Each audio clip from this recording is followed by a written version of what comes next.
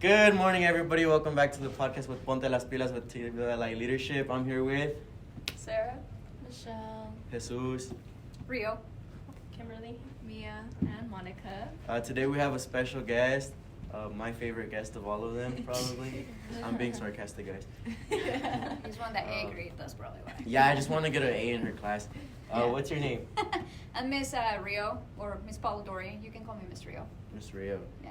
Okay, so our first question for you would be, tell us about yourself. So like your childhood, your education, like what level of education you reached, like your family, hobbies you have. Okay. Anything you want to share. Cool. So I was born in Mexico, moved here when I was 12, so I'm 38 now, whatever that is. I don't know, 26 years ago I moved here, so I'm old. Childhood was rough. I had a rough upbringing. I was undocumented for a long time, up until I was 17. Then I was sponsored. Had to go back to Mexico so I could re-enter the country. That was stressful because it wasn't a for sure thing. And then I finished high school. I was pretty good student in high school, top 3% of my class, but at the time I wasn't able to apply for any scholarships because of my status. So even though by the time I graduated high school I was able to become a resident, it was too late, right, for me to apply for any scholarships. So I did go to the U for a year after high school, and it was hard. I didn't have any guidance, right, and I didn't have a strong support system at home.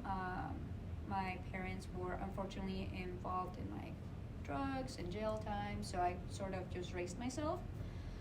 In 19, I joined the Navy for 6 years. I felt like that was the path that I needed to get some kind of support system and get school paid for. So I did that. Came back home to Utah, and I went to the U, got an accounting degree, and then I got a master's degree in information systems from the U. I was a senior financial analyst for 10 years. And then the pandemic hit, and I said, well, I think this is time for me to be a teacher now. And I did. I remember I applied to get my teacher license. They give you a temporary one, and you can start applying for jobs. And I told myself, I'm not going to be a teacher for a school district outside of Granite, because Granite has the most diverse one, in my opinion. I grew up in Granite. I'm a Granger graduate, so go Lancers. Guys, this is the end of the podcast. Yeah, no. You're a Lancer, huh? Yeah. And so my goal was to teach either at Granger, Taylorsville, or Cottonwood Heights, because for me, those are the schools that I felt like I could reach students personally, right? Because I'm a person of color, I'm Mexican, I've been undocumented, all those factors, right? And I can talk to my students that maybe need that same kind of help.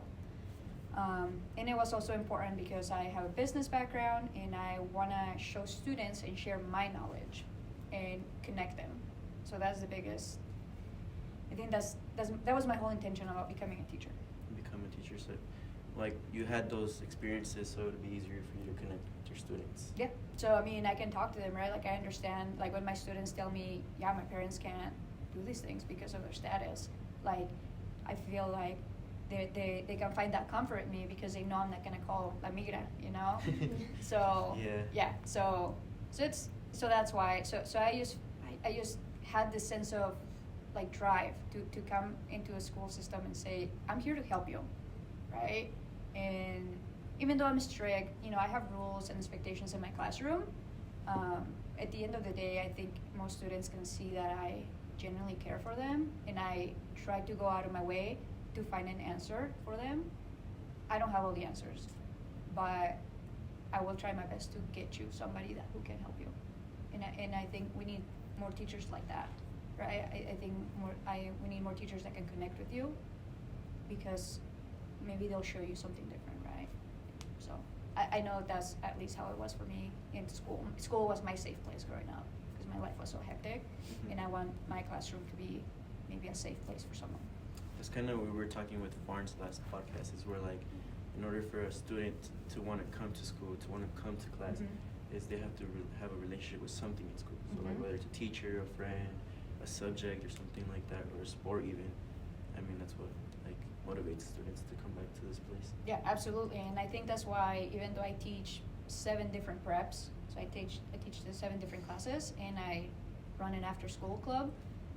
For me, when other teachers say, "Man, you're crazy. Like, how can you be doing so much?" And I say, "Well, I'm trying to reach different demographic of students. It's not like the work. I worked a ton before I became a teacher. Teaching is hard.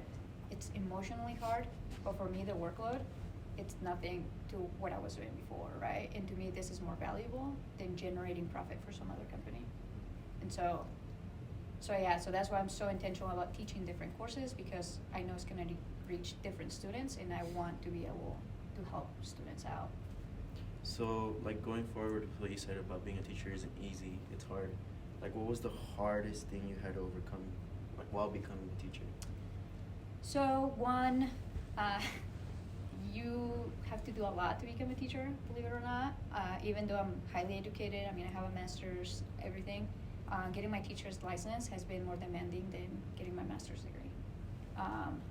And I did my master's degree in 3 semesters, which people are like, that's crazy. It takes 2 years, right? And I just did it. Like, I just busted it out, and I did it through the U, right? So, and getting my certificate to teach is just, which I think that's how it should be. I think we should have really, really good teachers in the system. So I think the expectation should be high, but it is demanding, right? It's a lot of writing. It's a lot of understanding how to approach students. It's a lot of understanding how your lesson plans are created in a way that are attractive to students, right? Like, Jesus is like, I don't want to just watch videos and take notes. That's boring.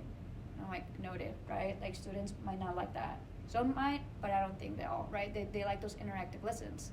And so they like, that? yeah. He said that you said, oh, I have this teacher, like, he just makes us watch. Oh, yeah. Right? So. Oh, I thought you said I said that about your class. No, not about my class, like any class right there, right? No, in my classes you get to do activities. Like, we get through theory, and then you get to do an activity, right? And it's applied. So teaching is hard in that sense. So that's why. What's your proudest achievement as a teacher? As a teacher? Yeah. I mean, I can't brag and say that I got like this Teacher of the Year award last year or this year, but that's nice. I think there was like a mistake in the system. Yeah, I think so. I don't know. I was like, I don't think that's the right Rio. So, no. I mean, some teachers could say, "Oh yeah, I got that award," and I'm thankful for it. I mean, I was nominated by students for that.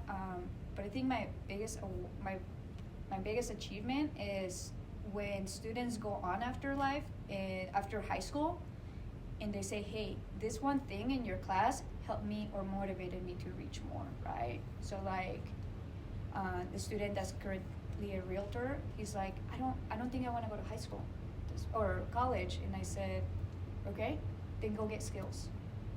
Go apply whatever skills you need to go and reach whatever you want to do in life. And I said, go get your realtor license. And John Doerr. And he's like, all right. So those things, right, where I want my students to apply what they're learning in my class after high school. Like, I'm not gonna like you more if you have the A in the class, right? I'm not gonna like you less if you're failing. Like, that's not, to me, is that you're applying your potential. So that's where I feel the proudest, right? That you're using something in my class for your betterment. And just like you said, like John Doerr, for example, he's only into his first year of real estate, and he's already about to make $100,000 without no college degree. And he's your age, right? And he's our age. Yeah, and he's your age. And the other thing that I have other students that, you know, they're winning awards across the state, and they're using the business applications that I'm teaching them. So there are 2 students, Walker and Will. They're in the Chinese program. They went and competed. They went to this competition and for Chinese, and they came into my classroom and they said, hey, everything we learned in your class, we want to apply. Can you help us really quick on a refresher? And they went and got first place. Does that make sense? So like, they're coming back and applying the lessons, and that's what makes me happy, that they're taking that and using it. Teacher of the Year's award is nice, whatever. It gave you money that I'm spending on my students, but it's what I'm teaching you that makes me happy. So if you weren't a teacher, what would you be? I don't know. I really don't know. Like, There was no plan B? No, I mean, So I was comfortable making 6 figures a year before I became a teacher. It was great. I made really good money. I've invested my money, all this, but now that I'm a teacher, I really like what I do. And so when I think about, because I'm still brand new, I could get fired for anything, right? And so that's just what you have to do for the first 3 years of your career. If I were to get fired for whatever reason, I don't know what I would do. Like, I'll probably have to go back into corporate and work that job for financial assurance, but teaching is what I want to do. It's like you depend on a lot, huh? Yeah, this is like what makes me happy. Tell us about your experience at Taylorsville. Like, you've only been teaching for a little bit, but Yeah, I've only been teaching for 2 years. This is my 2nd year. Taylorsville's great.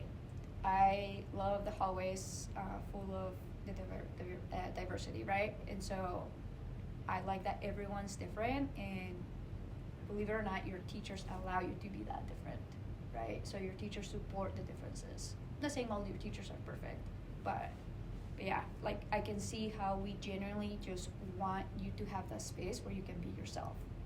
And so I like that. I like Rush Week, when you have all those clubs available for you. I didn't have that at my high school. And I like that. It doesn't matter what you like.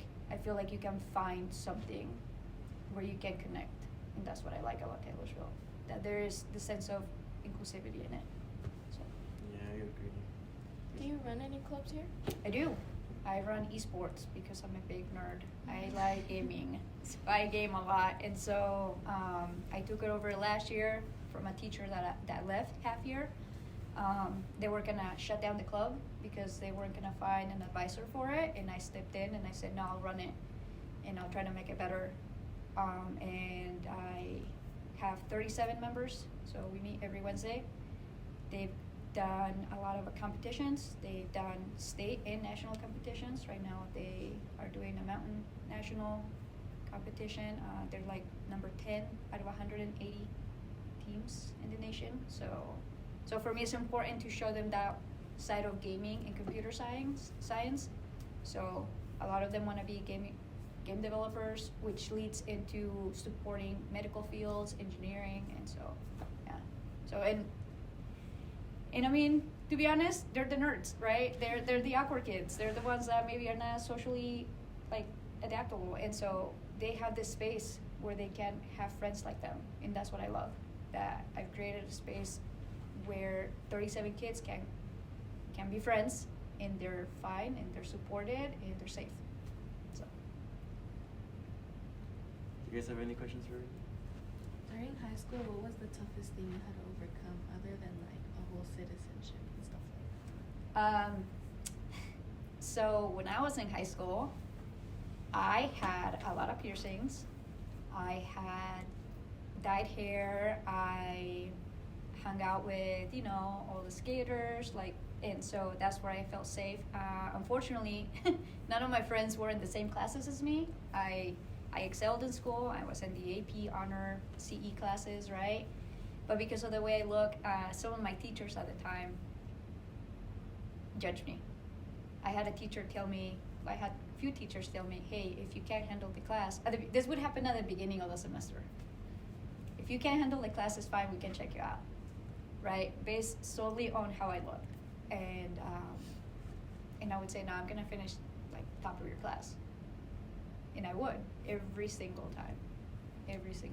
And I was Sterling Scholar. I was number 7 in my graduating class, right? And so, yeah, and I think that was just judgment. And so when I hear teachers sometimes commenting on dress code, because they have the cholo look, I stop them and I'm like, don't judge them. Give them the benefit of the doubt. I was that kid. Maybe not the cholo look, but I was the punk kid, right? I wore the skater clothes, I had the piercings, I maybe looked a certain way, but I still succeed, so. That doesn't mean that they're not as smart as people who dress professionally and stuff like that. Yeah, no. And so, I mean, I did dress professionally except today, but I'm always wearing a button-up shirt and a blazer in my classroom, right? But that's because that's how the business world expects you to present yourself, Yeah. and I want to teach that to my students. Like, this is how you're gonna have to be perceived. You can still be yourself, but this is like the expectation in the business world. But yeah, in high school that was my biggest struggle. I'm also gay, so like back 20 years ago I wasn't as accepting, but I was out, and some teachers were like, you know, like I got sent to the counseling office a couple of times for it. And so yeah, yes, they were checking my mental health and make sure that I was, yeah, and so yeah, it was rough, but it's whatever. I'm here. I mean, nowadays it's like completely normal and stuff. Yeah. How it should be, right? Yeah, and how it should. So, yeah. What's like your biggest impact or like motivation in life in general? My motivation in life is honestly the future, like you guys, so my students. I feel like you guys are, I love that you guys have your opinions and that you make them known. Like, you're not willing to shut them down by anyone. Like this guy, he came into my class late one day, like the first time I met him, and I'm like, he gave me some note, and I'm like, I don't take notes. You have to have your email. You have to have your teacher email him.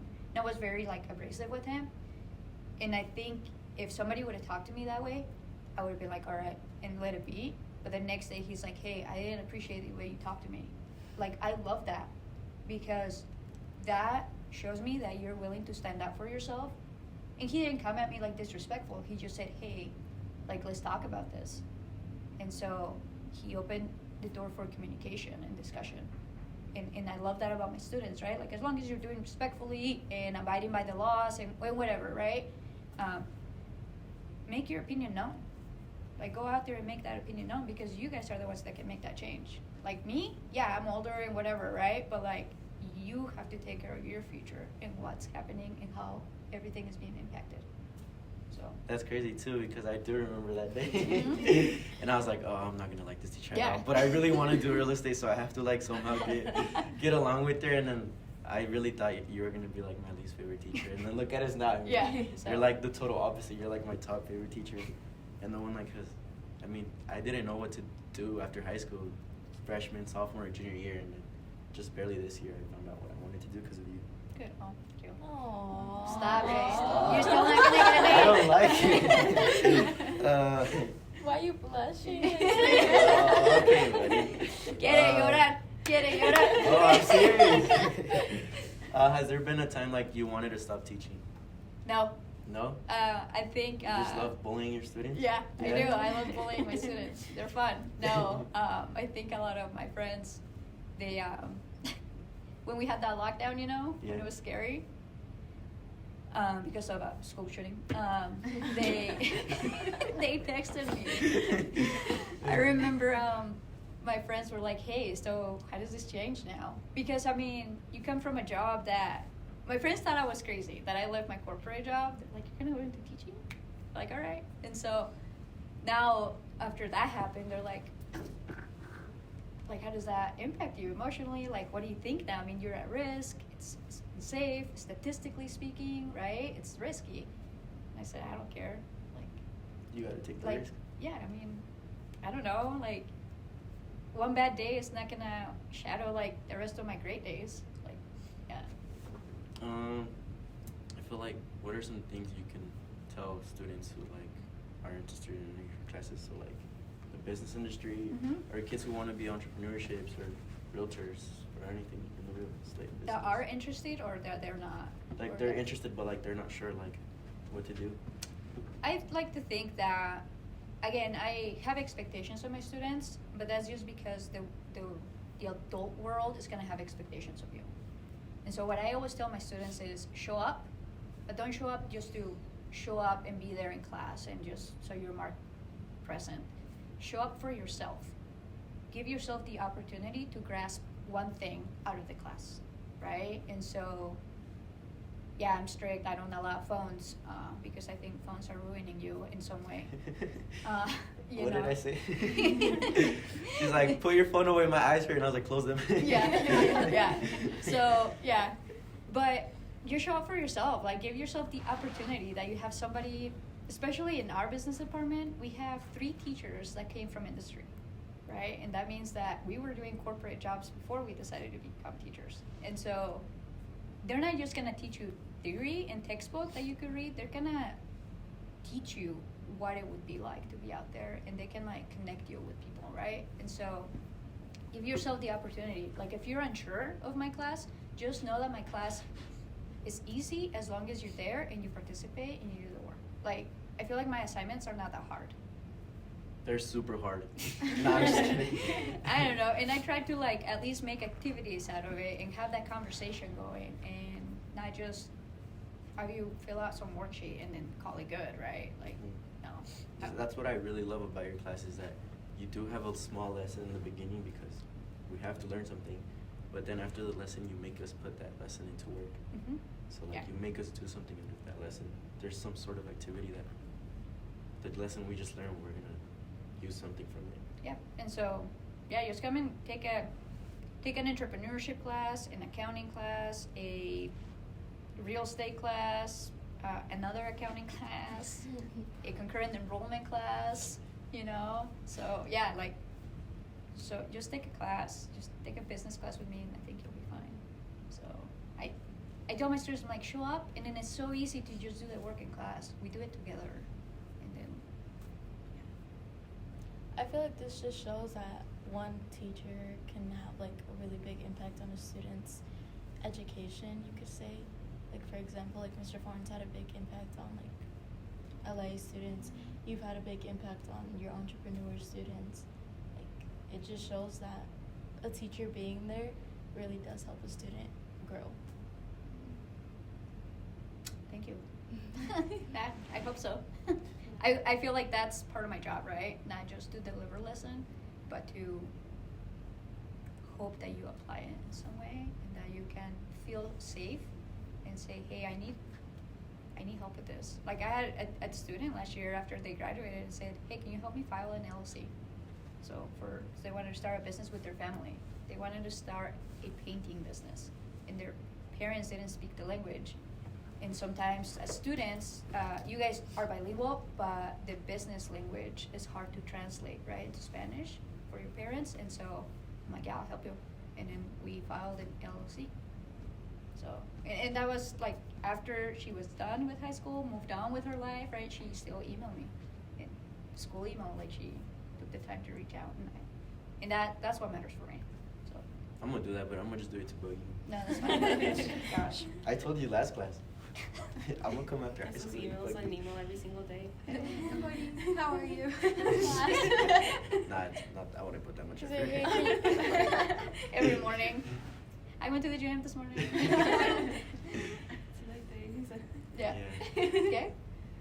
Nah, You see I'm not yourself gonna do it. retiring then? Like, in this field? Yeah, I mean, that's the goal. So, yeah, I really like Taylorsville. I really love Granite. Just say you want to go back to Granger. No, I don't. Granger, the Granger that I was at is not there anymore, right? No. They have a brand new building, so. But I don't know. No, I like Granger. I mean, I like Taylorsville and I like Granger and I like Cottonwood, right?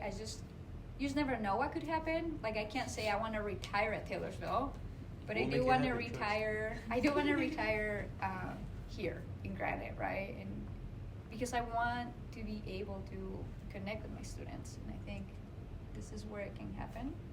And I'm connecting really well with these students, so why not? I wish I could have taken your class.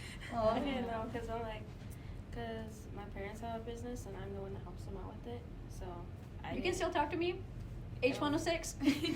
I'm still It's available. It's enough, yeah, because I didn't know, because usually I would just pay attention to like the medical field class I'm going into, but it's like I didn't really look into like the whole business thing. Mhm. Yeah, no, I mean, even if talk to me, and then like I tell my students, if I don't know, I probably know somebody who knows, or I know how to get there, right? Or I can find out how to get you there. And it's with anything. Like I had a student, one of the SBOs. She was having like scholarship stuff, and she's like, Ms. Rio, this is happening with like scholarship. I don't know anything about scholarships, right? Like just went to college, and so I'm like, all right, I think I know somebody. I literally called somebody that I knew had worked at the U in their financial office at some point.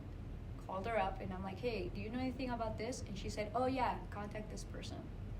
And that got the ball rolling to where like now the student got their scholarship situation settled, right? So for me, I'm like, it's not that I know everything, is that I like to go and research and get resources and help you out. And you have tons of connections. She knows people. Yeah. Telling you, when she knows people, she knows people. So She pulls out her little list. yeah. So it's networking, right? And that's the other thing about business. Like, it's who you know. It's how you talk to people. It's how you present yourself. It's just using that. Because at the end of the day, you may not need it, but your friend or your parents or somebody you know may need it. And it's great. So. What are your investments? What are my Or investments? your business? You want to talk about your wife? Her business? Yeah. So my wife is, she has a full-time job, right? She's really good at it. She creates recipes and bakery products for grocery stores. So essentially, she's like a salesperson for a big company, right? So she does really well with that. But her passion has always been creating chocolates and sweets for people, and she's always done it for the holidays. She creates a ton of like chocolates and high quality stuff and gifts them. Like, we don't give out Christmas presents. Like, we don't go buy stuff. We make it and then we gift it out, because for us that seems more personal and people enjoy it more. So friends have always asked, hey, can we buy these?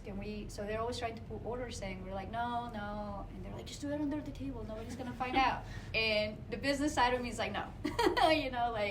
No, we got to do this legal. There's just too much risk. And so now she finally got a small business started where we were able to put in a commercial kitchen down in our basement so she could do it and have an LLC in her own business down there. So she's working her full-time job and then this business on the side, which is more than a part-time job, but she's doing it. And so... That's why she's grumpy sometimes. She doesn't get it. Yeah. Nah, I'm just And so, anyways, plug in for SLC Underground Sweets. So what she does is she creates all these chocolates and then she sells them at the farmer's market. So we apply to be part of farmer's market and then we just sell there and then people come and buy them, and people have like asked for us to make stuff for their parties and such. And she's only been open since December. But yeah, so she's very good at creating. Like so she is introverted, but she's very good at what she does, right? She's creator, fantastic. Great, she got great education in it, and then I'm the one out here like doing all the hustle work, right? I'm the one that like is calling people, like talking and like making connections and like running that Instagram page, running the Facebook page, and all this stuff, like making sure the budget's fine. And like, so we have to like find our strengths and weaknesses, right? So when you run a business, you're not gonna be able to do it all. I'm gonna tell you that. Like, you're gonna struggle in one aspect. So find somebody or find a way to learn how to get better at the weaknesses that you have. So, and I think that's how we're getting that success. That's very true. Yeah. So.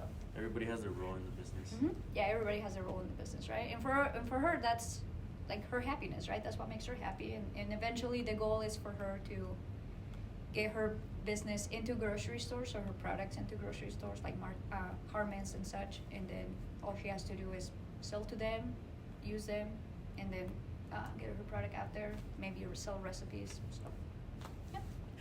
All right, let's get back into it.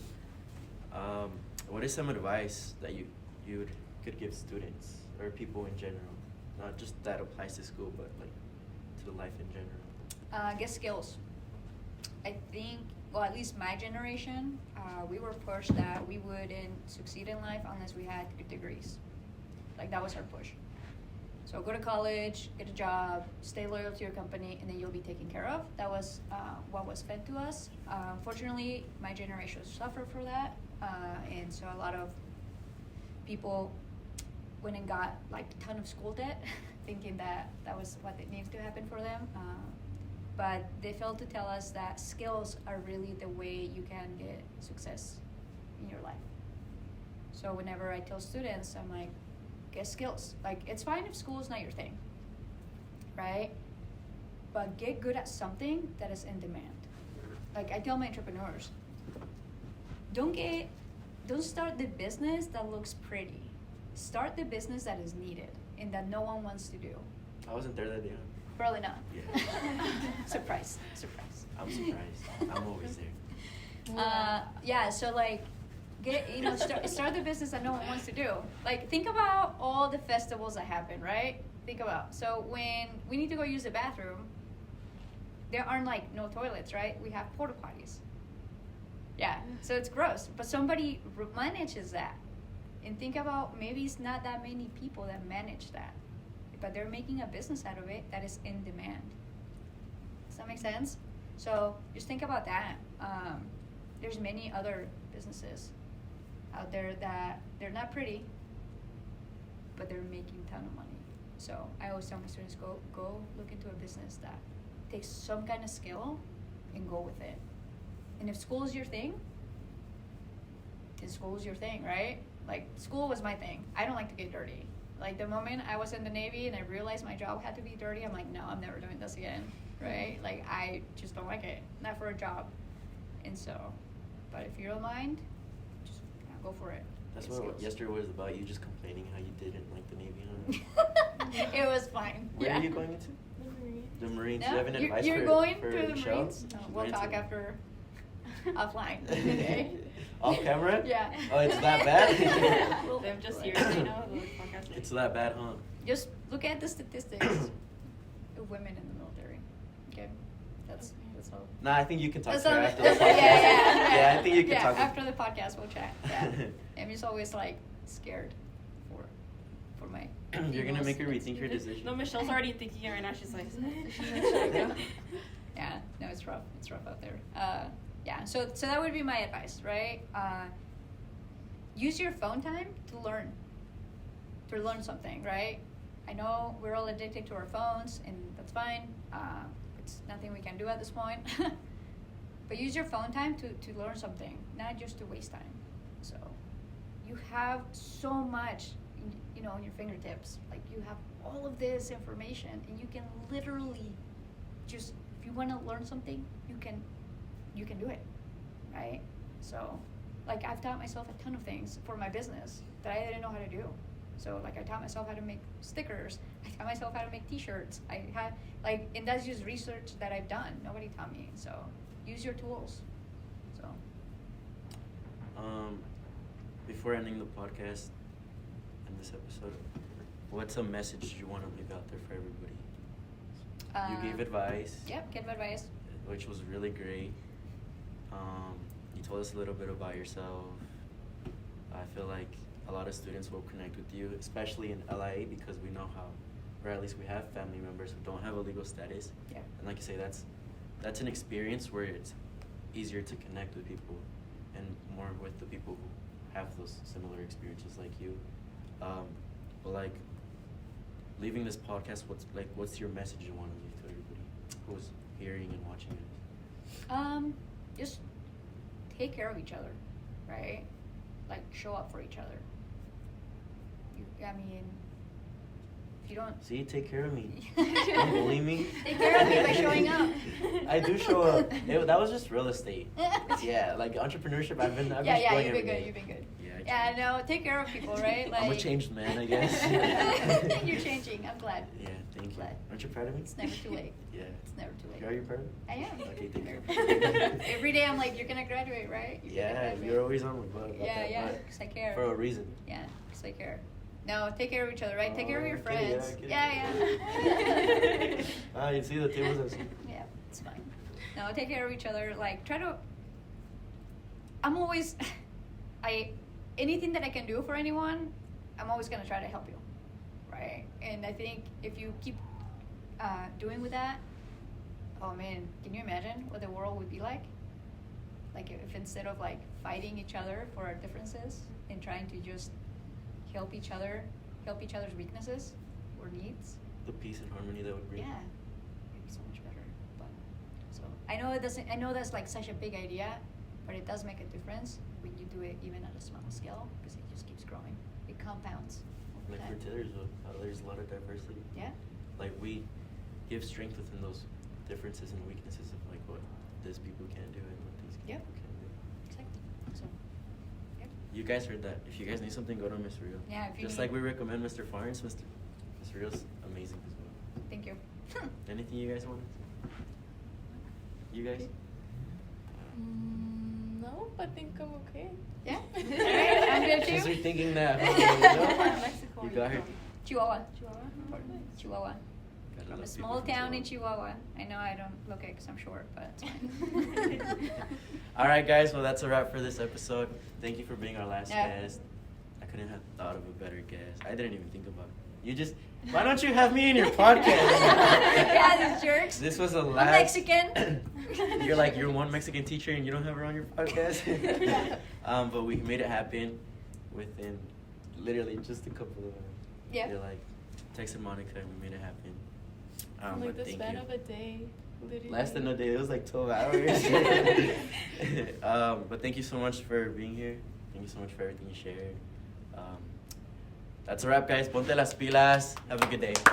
Stay Guys, tuned on for the the last next episode. last episode. The next last episode.